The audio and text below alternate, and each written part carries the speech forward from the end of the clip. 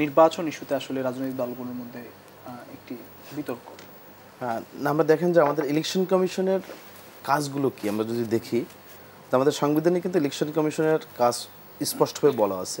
প্রথম হলো রাষ্ট্রপতি নির্বাচন, সেকেন্ড হলো সংসদ নির্বাচন, তারপর হলো সীমানা পুনর্নির্ধারণ, সংসদ নির্বাচন একটা সীমানা পুনর্নির্ধারণ, আর 4 নম্বর কাজ হলো রাষ্ট্রপতি সংসদ নির্বাচনের জন্য একটি ভোটার তালিকা প্রস্তুত করা।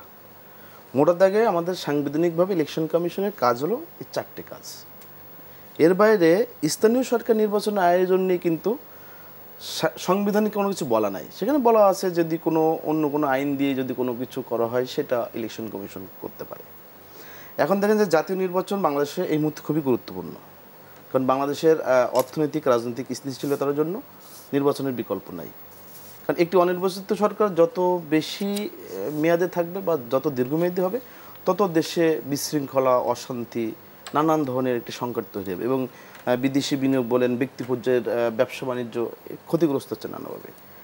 এখন হঠাৎ করে দেখলাম যে প্রথম দিকে বললো এনসিপি যে না, আমরা জাতীয় নির্বাচনের আগে স্থানীয় সরকারের নির্বাচন চাই। এরপরে দেখলাম যে আরেকটি রাজনৈতিক দল জামাত ইসলাম তারা ইলেকশন কমিশনে গিয়ে বললো যে আমরা স্থানীয় সরকারের নির্বাচন জাতীয় নির্বাচনের আগে চাই। আর প্রশ্ন হলো যে ইলেকশন কমিশনকে তো জাতীয় নির্বাচন করতে গেলে আপনাকে সময় দিতে হবে, কারণ তারা গঠিত হলো, তাদের বয়সও বেশি না, তারা ডিসেম্বরে গঠিত হলো। এখন এই ইলেকশন কমিশন তাদের অনেকগুলো কাজ আছে জাতীয় নির্বাচনের আগে। আমরা যদি দেখেন জাতীয় নির্বাচনের আগে তারা ভোটার হালনাগাদ কার্যক্রম শুরু করেছে, সীমানা পুনরুদ্ধারণ কার্যক্রম চলমান আছে, নতুন রাজনৈতিক দলের নিবন্ধনের কার্যক্রম চলমান। তারপর তার সেপ্টেম্বরের ভিতরে যে নির্বাচনী সরঞ্জাম যেগুলো আছে ক্রয়, এগুলো সম্পূর্ণ করবে। এখন এর ভিতরে আপনি কখন তারা স্থানীয় সরকার নির্বাচন করবে? স্থানীয় সরকার নির্বাচন করতে গেলেও তো তাকে 3 মাস বা 4 মাস প্রস্তুতি নিতে হবে আলাদাভাবে।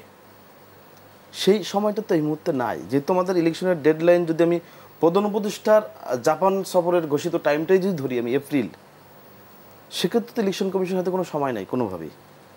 স্থানীয় সরকার নির্বাচনের ম্যাডাম যেটি বলেছেন যে এটি হলো একটা সময়ক্ষেপণের মানে একটি চক্রান্ত, আমি বলবো সময়ক্ষেপণের চক্রান্ত।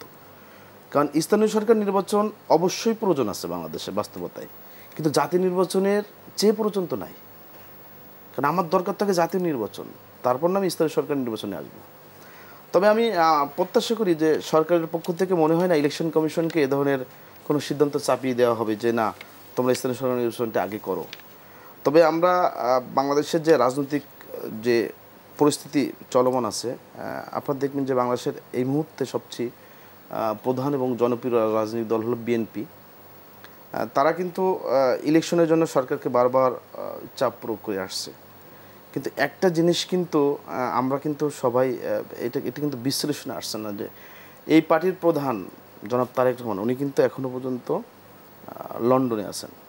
ওনার মিসেস বা ওনার আমাদের বিএনপির চেয়ারপারসন বেগম খালেদা জিয়া, ওনারা তো দেশে আসছেন লন্ডন থেকে, কিন্তু উনি আসার ব্যাপারে কিন্তু এখনও পর্যন্ত আমরা সুনির্দিষ্ট কোনো তথ্য যাই না। যদিও গণমাধ্যমে আমরা জেনেছি যে হয়তোবা উনি 5ই আগস্টের আগে আসবেন, কিন্তু আমি অন্য একটি সূত্রের মাধ্যমে জানতে পেরেছি যে উনি হয়তো অক্টোবরে আসতে পারেন, তার আগে আসবেন না। আমার হলো পার্সোনাল ভিউ যে তারেক রহমান যখন বাংলাদেশে আসবে তখনই মূলত বাংলাদেশের জাতীয় নির্বাচনের ডামাডোলটা শুরু হবে। নির্বাচনী পুরো ডামাডোল বা পুরো যে নির্বাচনী ট্রেনের যাত্রাটা শুরু হবে, মূল যাত্রাটা। এর আগে আমরা যে যাই বলি না কেন, এই জায়গায় একটি সংকটের জায়গা কিন্তু আছে যে ওনার কিন্তু সিকিউরিটিরও প্রয়োজন আছে বাংলাদেশের বাস্তবতায়। ওনাকে আমরা যতটুকু জানি যে বাংলাদেশে কোনো প্রধান রাজনৈতিক দলের বা যিনি আগামীতে প্রধানমন্ত্রী হবেন বা দেশ পরিচালনার দায়িত্বে থাকবেন, ওনাকে কিন্তু সাধারণত আমরা যেহেতু মানে উন্নত দেশের তালিকায় না, মানে আমরা নিম্ন মানে এমন অনুন্নত একটু রাষ্ট্র আর কি, মানে আমরা মধ্যম আয়ের রাষ্ট্রের দিকে যাচ্ছি। সেক্ষেত্রে যুক্তরাষ্ট্র, চায়না এবং ভারত, 3টা দেশে সিকিউরিটি ক্লিয়ারেন্স লাগে। বাংলাদেশের একটি আনঅফিসিয়াল একটি থিওরি যে কোনো রাজনৈতিক দলের যারা আগামীতে ক্ষমতা আসবে তাদের একটি সিকিউরিটি ক্লিয়ারেন্স লাগে। এখানে আমি জানি না সেটি অলরেডি কমপ্লিট হয়েছে কিনা, সেটা আমি জানি না। তবে আমাদের ওই যে প্রত্যাশার কথা বললাম যে বাংলাদেশে যেদিনই তারেক রহমান প্রবেশ করবেন সেদিনই আমরা বিশ্বাস করব যে বাংলাদেশ সত্যিকারে নির্বাচনের দিকে ধাবিত হচ্ছে এবং সেই নির্বাচনটি অচিরেই শুরু হবে তখন।